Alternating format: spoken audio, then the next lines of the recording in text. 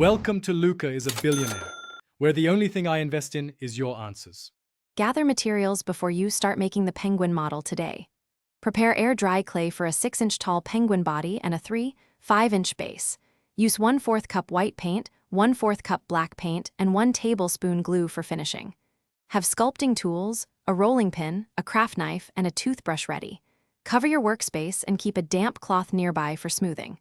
This setup saves time and keeps the project tidy and focused. Start shaping the penguin by rolling a 3-5-inch oval for the body and a 2-inch ball for the head. Attach the head with a small coil and smooth seams with a wet fingertip to secure both pieces. Press a 1-inch flat oval for the belly and blend edges carefully for a clean look. Form short flippers by flattening 2 1/5-inch teardrops and attach them symmetrically. Carve gentle grooves for feather texture with a toothbrush or fine tool. Finish the penguin by adding small details and paint after drying fully.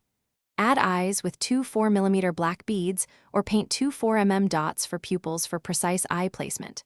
Paint the belly white and the back black, leaving a clean separation line between colors for a crisp look.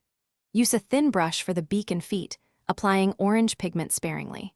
Seal the model with a thin coat of matte varnish and let it dry for 24 hours undisturbed. Thanks for watching and please subscribe. It's the best investment you'll ever make.